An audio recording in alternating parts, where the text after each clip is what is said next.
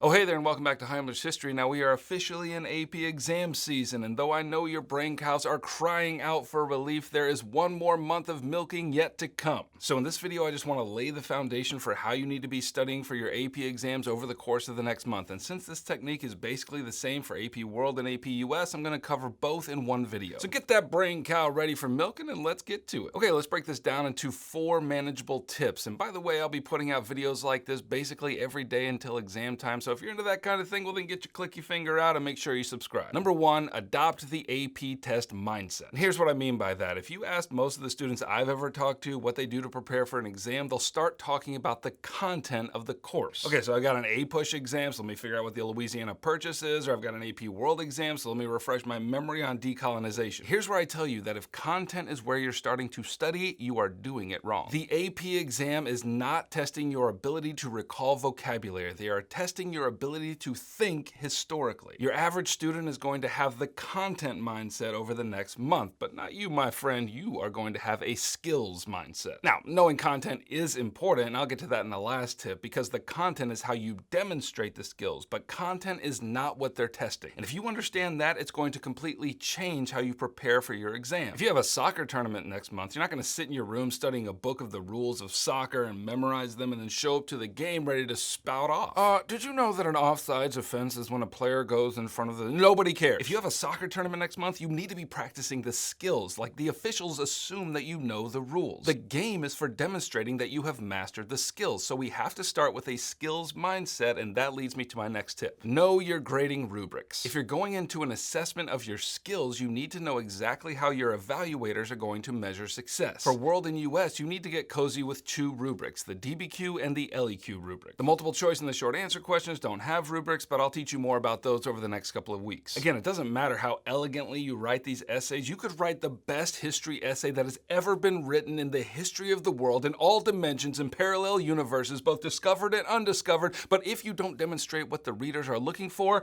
no points for you. You get a point for contextualizing your argument, so you need to know how to do that. You get a point for thesis, so you need to know exactly what they're looking for. Now, you can read their explanations on that rubric, which I would recommend, or you can stick with me over the next month and I'll show you how to do it. But don't wait for me. Get on this as early as possible. Tip number 3, take practice exams. This is the equivalent of getting out on the soccer field and improving your footwork before the game. Don't wait till the week before the exam to start taking practice exams. Like, if you can manage it, I would advise you to take at least 1 a week so that you feel comfortable with the format and the skills. Trust me on this. You need these exams. Now, the question is, where do you get good practice exams? Well, I'll give you 2 places. First, ask your teacher if they can get you some practice exams from AP Classroom. Those are written by the College Board people, and they're really helpful. Second, you can take a practice exam in a review book. If you got my ultimate review packet, you can take the practice exams in there, which I happen to think are fantastic. Or if you have review books like Barron's or Princeton Review, then take the exams in those books. Like, I don't care where you get them, just take practice exams and check your work so you can learn where your skills are weak. Tip number 4, know your content. Now, I've been focusing on skills thus far, but as I mentioned before, that doesn't mean you don't need to know the content. You absolutely do, but you learn the content so that you can demonstrate the skills. So let me break this tip down into a couple of sub-tips. Sub-tip number 1, ditch your textbook.